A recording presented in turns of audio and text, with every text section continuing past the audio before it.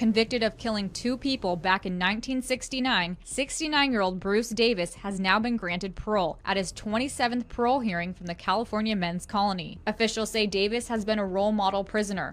In 1969, Charles Manson's followers were middle-class kids who traded flower power for a warped apocalypse. They interpreted Beatles lyrics as a call to killing, eventually stabbing 8-month pregnant Sharon Tate 16 times before leaving a fork in Leno LaBianca's stomach.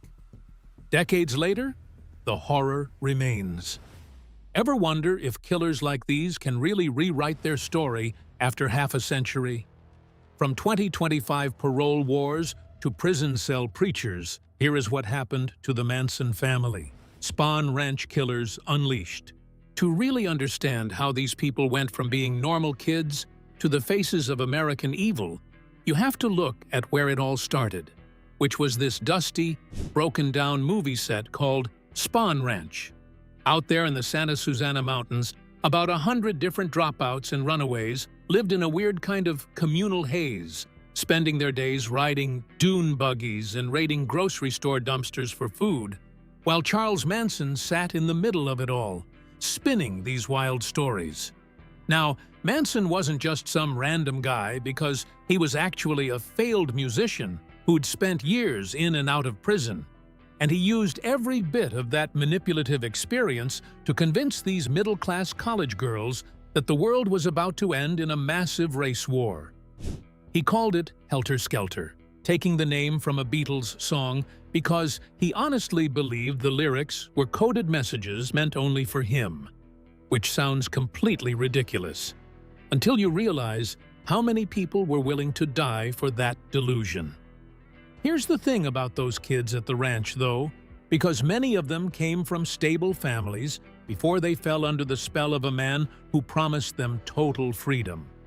According to the court records, Susan Atkins was a former choir girl, and Charles "Tex" Watson was a high school football star from Texas who just happened to get lost in the California scene. By the summer of 1969, Manson had them convinced that they needed to jumpstart this apocalypse by committing crimes so gruesome that the world would have no choice but to notice. And on the night of August 9th, that's exactly what happened when Watson, Atkins, and Patricia Krenwinkel drove up to 10,050 Cielo Drive, the home where actress Sharon Tate lived with her husband, director Roman Polanski. Polanski was actually away in Europe at the time, but Sharon was home with several guests, including a celebrity hairstylist named Jay Sebring and an heiress named Abigail Folger. Now, Abigail was the daughter of the Folger coffee family, and she had spent her life surrounded by wealth and education, yet she found herself facing something she couldn't possibly have prepared for in that living room. The family members didn't just kill these people because they turned it into a prolonged nightmare. And according to the testimony of Susan Atkins herself while she was in jail, the violence was almost casual for them. Atkins admitted that as Sharon Tate begged for the life of her unborn child, she told the actress that she had no mercy for her. And then she proceeded to stab the 8-month pregnant woman 16 times. It gets even weirder when you look at what happened to Abigail Folger, because she actually managed to break away and run onto the front lawn, but she was chased down and stabbed 28 times. And this is the part that really sticks with people, because witnesses like Virginia Graham, who was Susan Atkins's cellmate after the arrest, claimed that the girls were actually laughing and giggling about the thrill of it all afterward. They didn't feel like they were committing a crime, because they felt like they were soldiers in a war that only they could see. When the police arrived the next morning, they found the word "pig" written in Sharon Tate's blood on the front door, which was a direct reference to the Beatles song Manson was so obsessed with.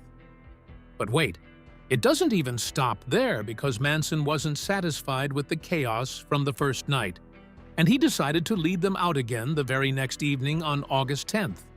This time, he wanted to show them how it was done, so he drove them to the home of Leno and Rosemary LaBianca, who were just ordinary people who happened to own a small grocery chain. Manson went inside first and tied them up himself before leaving his followers to finish the job. And the brutality they showed was just as intense as the night before.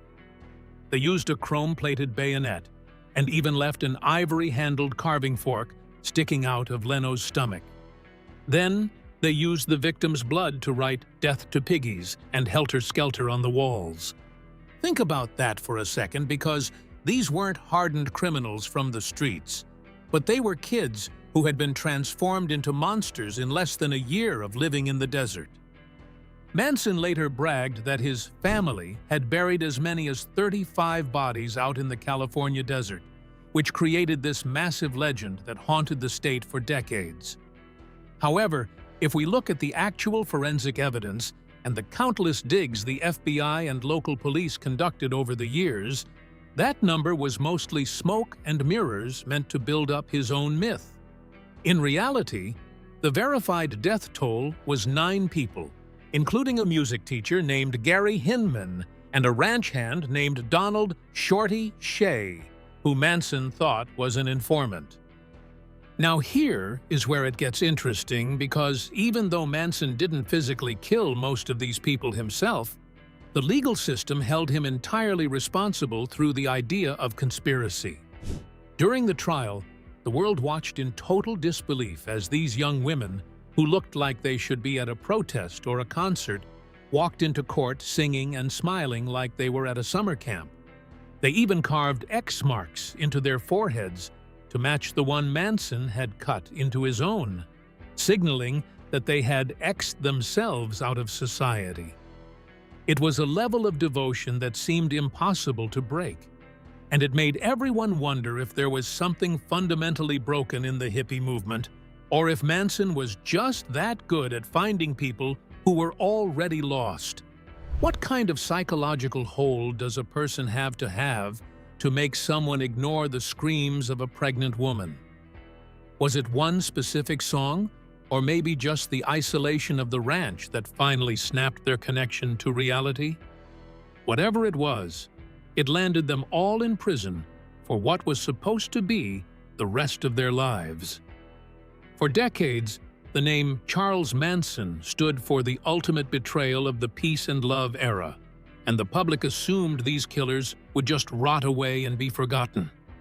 But here's the thing: prison has a way of changing people, or at least giving them enough time to figure out a new act to get back into the world's good graces. And just like that, the narrative started to shift from the gore of 1969 to the slow, calculated moves of the 1980s and 90s. While some of the family members stayed completely loyal to Manson until he died in 2017, others started claiming they had been brainwashed and began seeking redemption through the most unexpected ways possible. You see, the law says that even the worst criminals deserve a chance at parole eventually, and that set the stage for a 50-year war between the killers and the families of the victims, who refused to let them go. Prison was supposed to fix them, or at least keep them away. Well, did it? Bible thumpers behind bars. When the prison doors slammed shut on the Manson family in 1971, most people figured that was the end of the story. But the truth is that the concrete walls of San Quentin and the California state prison system became the stage for one of the most controversial rebrands in criminal history. Here is the thing that really stays with me, because while the world moved on from the 60s, the men who actually carried out the stabbings at Cielo Drive were busy trading their knives for Bibles and their leather vests for cheap suits.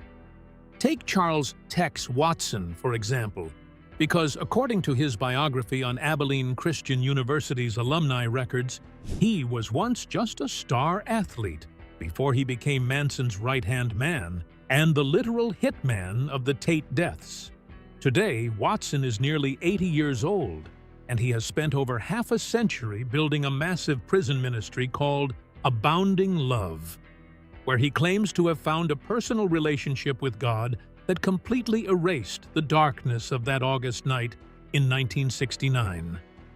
Now, here is where it gets interesting and, honestly, a bit uncomfortable, because Watson didn't just sit in a cell and rot. He actually got married while he was behind bars to a woman named Kristen Jones Sveig, and they managed to have 4 children through conjugal visits before the state of California eventually banned that practice for lifers in the 90s. The sad part, or good part, is, while the victims of the Tate LaBianca deaths never got to see their own children grow up, the man responsible for their deaths was busy raising a family from a distance and baptizing over 500 fellow inmates. He has been denied parole 18 times, with his next hearing set for 2026, and every single time he stands before the board, he portrays himself as a humble servant of the Lord, who is no longer the monster he used to be. But wait, it gets even more complicated when you look at how the families of the victims react to this, because to them, every sermon he preaches feels like a fresh slap in the face. And then you have Bruce Davis, who was a key player in the death of Gary Hinman and Shorty Shea, but he wasn't actually present for the Tate LaBianca killings. According to his prison files at San Quentin, Davis eventually became an ordained minister himself and even explored Scientology for a while, before settling into a traditional religious path. He's 82 now and has faced 7 parole denials despite being a model prisoner for decades, which just goes to show that the shadow of Charles Manson is almost impossible to outrun, even if you have a Bible in your hand. It makes you wonder, could you actually sit through a sermon given by someone who helped torture people for a man they thought was a messiah? It's a question that keeps a lot of people up at night, because it challenges everything we think we know about forgiveness, and whether or not a person can truly change their soul after doing the unthinkable. But not everyone took the religious route to get out. And this is where we have to talk about Steve Clem Grogan, because he is actually the only man involved in the killing to ever be paroled. Grogan was 71 when he finally tasted freedom, but he earned it in a way that the others couldn't.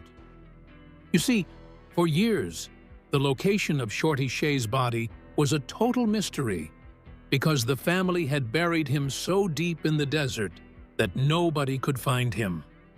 In 1977, Grogan decided to flip and actually led the authorities to the exact spot where they'd hidden the remains.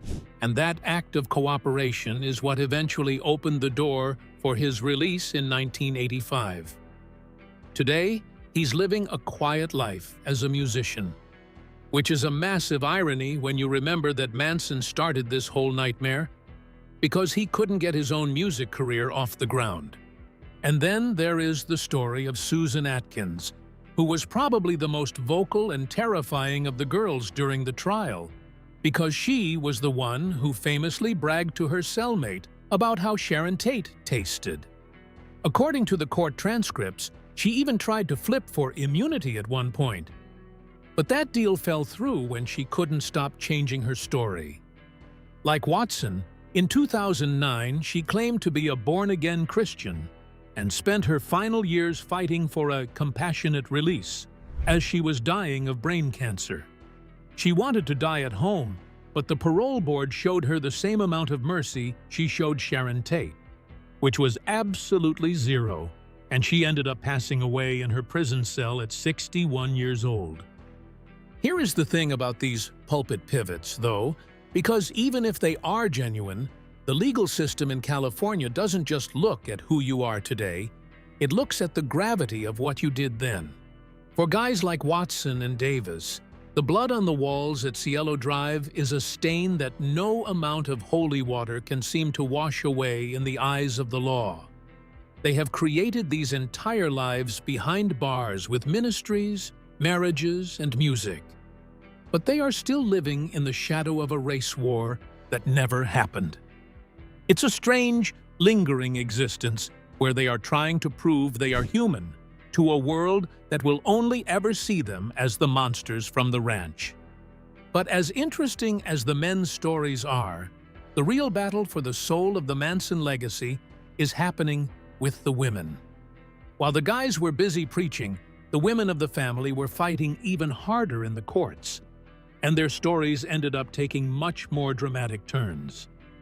But if these men could build entire lives and families while serving time for mass killing, does the legal system actually care about who they've become? Or are they just forever tethered to the ghosts of 1969? Women's parole purgatory. While the men of the Manson family were busy trying to find their souls through religion, the women were trapped in a decades-long legal purgatory that seemed like it would never end. But that all changed on July 11, 2023. That was the day Leslie Van Houten, who had been in prison for 53 years, actually walked out of the California Institution for Women as a free woman. Now, here is the thing about Leslie. According to records from Northeastern University, she was only 19 when she helped kill Leno and Rosemary LaBianca. She didn't participate in the Tate deaths the night before, which is a detail her lawyers used for years to argue that she was less damaged than the others.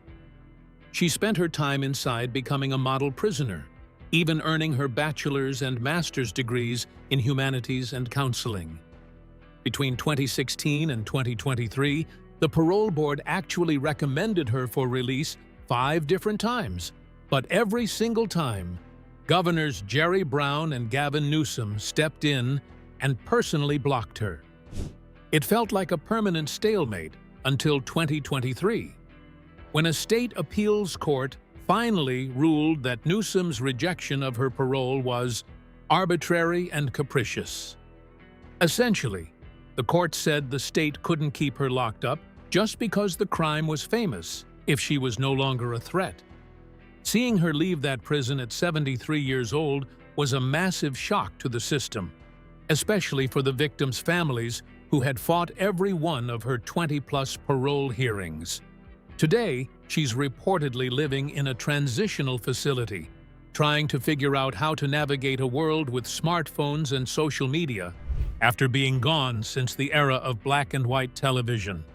It's almost impossible to wrap your head around that kind of time jump, but it also reignited the fire for the woman who's still left behind those walls, Patricia Krenwinkel. Now, Patricia is a completely different story, because she didn't just participate. She was one of the primary engines of the violence. According to the original 1970 trial transcripts, she was the one who chased down Abigail Folger across the lawn at Cielo Drive.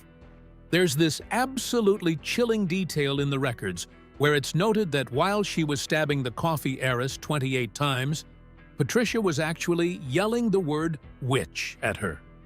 She's 77 now and holds the record as the longest-serving female inmate in the history of California. While Leslie was earning degrees, Patricia was teaching yoga and working in the prison's canine program, trying to show the board that the girl who wrote "Death to Piggies in Blood" was long gone. But wait, this is where the 2026 stakes get incredibly high. Back in 2022 and again in 2025, the parole board actually looked at her and said she was suitable for release, but Governor Newsom wasn't having it. According to reports from ABC7 and NPR in late 2025, Newsom reversed her parole yet again, stating that she still hadn't fully reconciled the extreme gravity of her crimes. As we sit here in March 2026, she is basically in a 150-day window where her legal team is trying to fight that reversal in the courts, hoping to replicate the same miracle that got Leslie out. It creates this massive debate about justice, because you have to wonder, is it actually fair to keep a 77-year-old woman in a cage for something she did when she was 21? Or does a crime that brutal stay fresh forever? Think about that for a second while we look at Linda Kasabian, who was the one person who managed to escape the parole purgatory entirely. Linda was at the ranch and even drove the car to the Tate house, but she never actually went inside or killed anyone.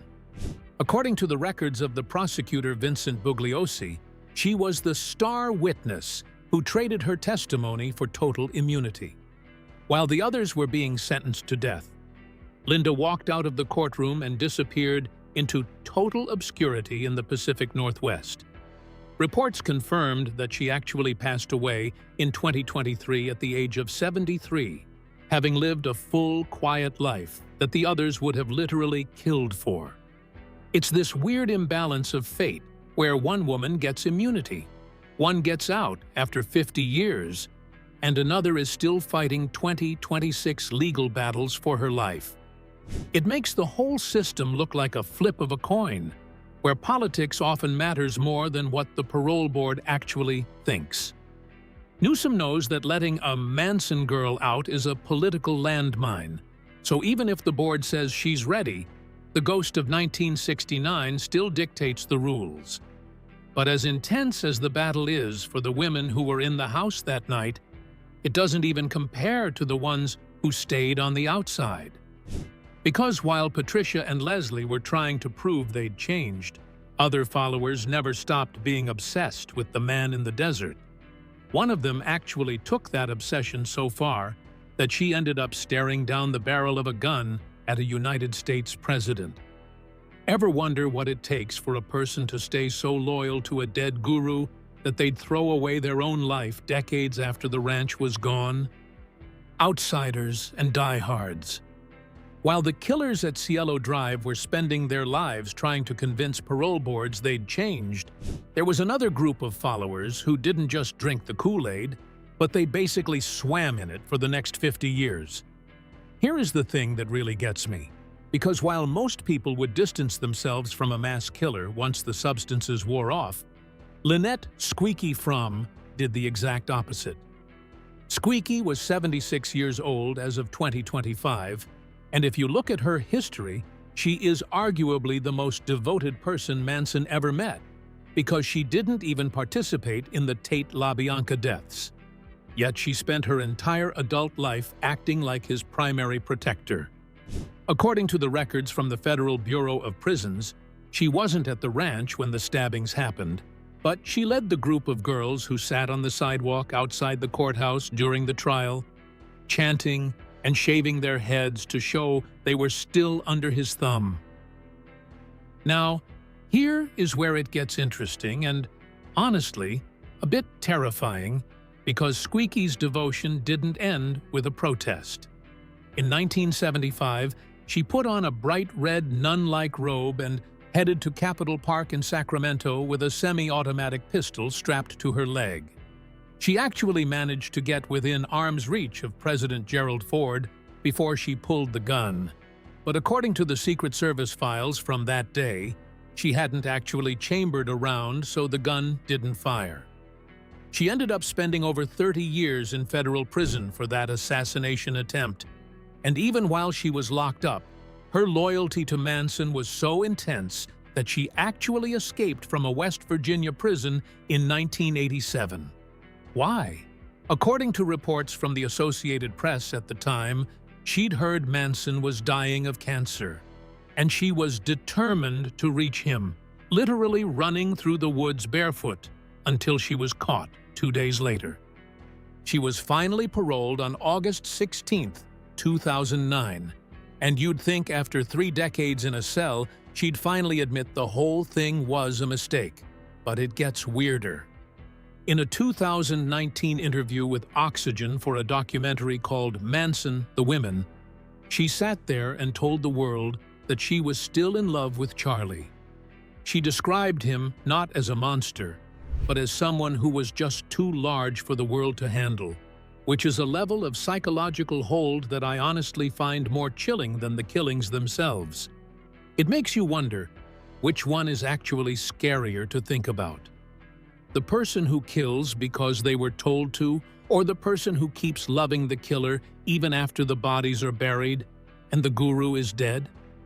And then you have Bobby Beausoleil, who is basically the man who started the whole chain reaction that led to the killings. According to court records from the Gary Hinman case, Bobby was a 77-year-old inmate who was originally sentenced to death for stabbing Hinman over a money dispute just weeks before the Tate house was hit.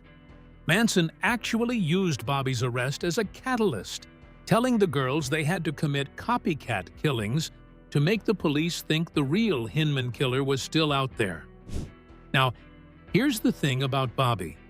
While he's been in prison for over 55 years, he has spent that time becoming a prolific painter and musician, even recording film soundtracks from behind bars. In a 2025 interview that's been making the rounds on independent news platforms, Bobby didn't sound like a cult member anymore, but more like a guy who realized he'd made a massive, life-altering blunder. He's been recommended for parole several times, including a significant push in late 2025.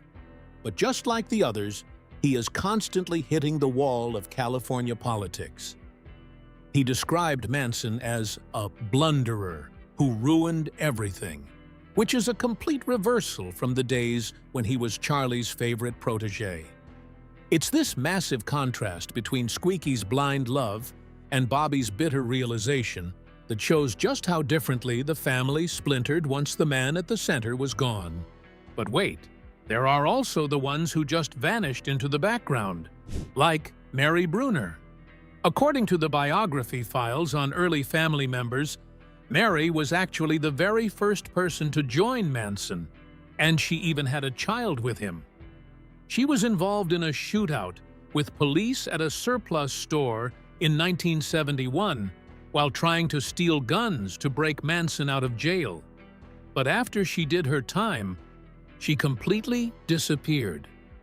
Records indicate she changed her name, moved to the Midwest, and lived a quiet life as a mother, never giving interviews or trying to capitalize on the fame.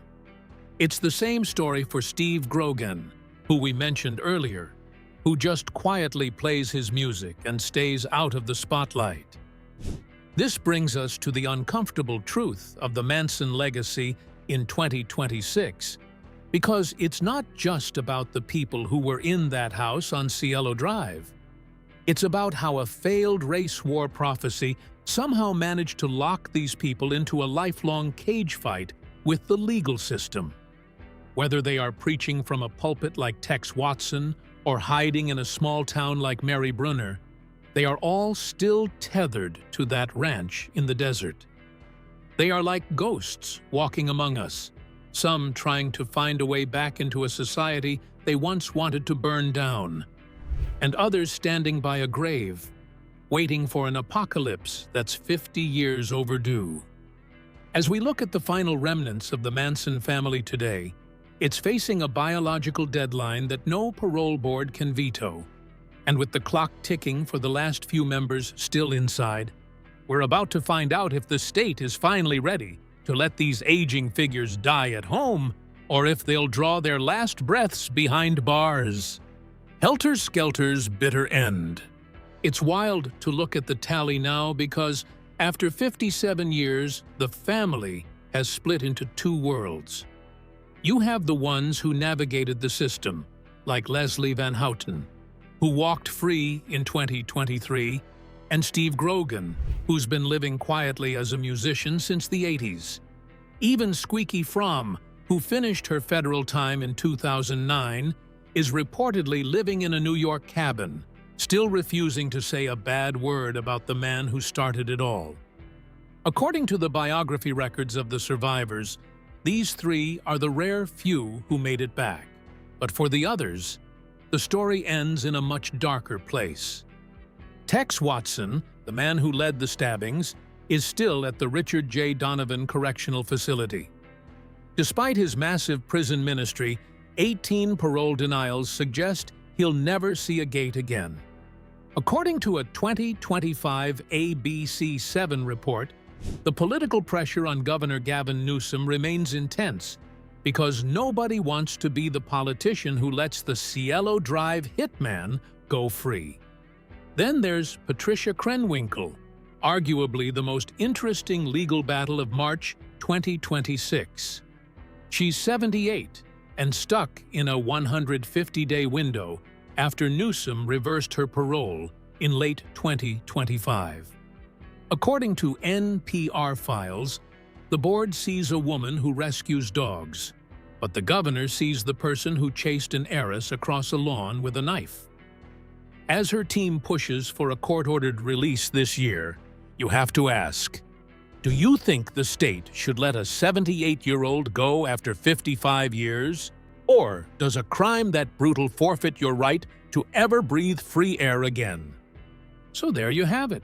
From those blood-soaked nights in 1969, where hippie dreamers turned knives on pregnant stars and grocery owners, all the way to 2025, when Patricia Krenwinkel's parole got smacked down again by Newsom in October after 2 board nods, while Squeaky Fromm whispers she's still got love for her dead Charlie.